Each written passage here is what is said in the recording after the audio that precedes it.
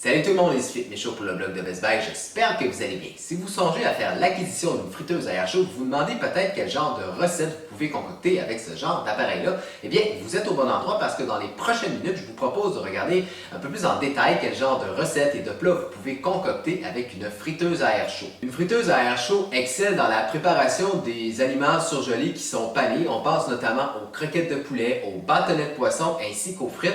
Et pour ce qui est du temps de cuisson, vous allez avoir un temps de cuisson sensiblement identique qu'avec une cuisinière, qu'avec un four standard. Par contre, vous aurez des aliments qui sont plus croustillants. La panure va vous sembler plus croustillante, un peu comme si elle avait été cuite dans une friteuse. Mais par contre, vous n'aurez pas le côté gras. Pour ce qui est de la cuisson des aliments surgelés, dans la plupart des cas, vous n'avez pas besoin d'ajouter d'huile. Également, la friteuse à air chaud peut préparer certains fruits ou légumes qui ne sont pas cuits au préalable, certains fruits et légumes qui sont frais. Attention toutefois aux trop gros bâtonnets, vous n'allez pas avoir un résultat, disons, très intéressant. Mais sur certains modèles, vous pouvez par exemple concocter des fruits desséchés, des fruits séchés par exemple, des pommes séchées. C'est assez simple, vous n'avez qu'à couper en minces rondelles vos pommes séchées et si votre friteuse à air chaud a un mode de cuisson à très basse température, par exemple vers les 90 degrés Fahrenheit, si vous laissez ça pendant 2 heures environ, vous allez avoir des fruits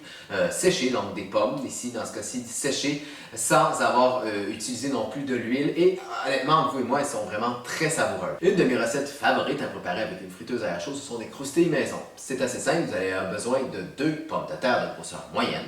Ensuite, vous devez les peler et vous utilisez une mandoline pour faire des tranches de pommes de terre qui sont minces. C'est important, ils doivent être très minces, sinon la cuisson ne sera pas uniforme, ne sera pas optimale. Une fois que vous avez donc tranché vos pommes de terre avec une mandoline, vous faites tremper les tranches de pommes de terre dans de l'eau très froide. Et une fois que c'est fait, après environ 15 minutes, en fait, vous retirez vos tranches de pommes de terre et vous essuyez donc les tranches de pommes de terre. Une fois qu'elles sont bien sèches, vous les badigeonnez d'huile. En fait, vous avez besoin d'une quantité quand même assez faible d'huile, disons une cuillère à table d'huile végétale et un peu de sel, donc une petite pincée de sel. Donc une fois qu'elles sont recouvertes d'huile et que vous avez mis du sel, vous pouvez les déposer à la friteuse à 375 degrés. Sur certains modèles, vous aurez besoin peut-être de préchauffer votre friteuse à air chaud au préalable, donc à 375 degrés, et puis vous attendez de 10 à 20 minutes, ça varie vraiment en fonction des friteuses à air chaud.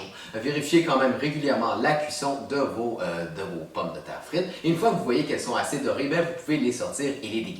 Et une autre de mes recettes favorites, surtout pour un soir de semaine, c'est une poutine maison. C'est assez simple, vous aurez besoin de pommes de terre congelées. Vous pouvez également vous servir de pommes de terre fraîches, mais le processus sera un peu plus long. Mais dans ce cas-ci, je préfère des pommes de terre congelées très minces.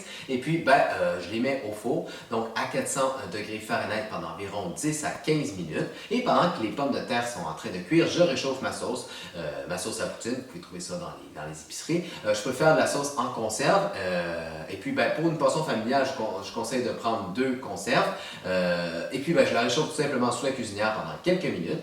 Et ensuite, après 10 à 15 minutes, donc quand mes pommes de terre sont cuites, je les sors, je les mets dans une assiette ou dans plusieurs assiettes si je fais plusieurs portions. Je répands un peu de sauce et ensuite je mets le fromage en grains frais, si possible frais du jour. Et puis voilà, ça donne une recette qui a toujours beaucoup de succès, qui remporte toujours beaucoup de succès auprès des petits et des grands enfants. Alors voilà, c'est ce qui conclut cette vidéo. Et puis comme toujours, si vous avez besoin de renseignements supplémentaires, je vous invite à lire mon article complet sur le blog de Best Buy. C'était Philippe Michaud et je vous dis à la prochaine!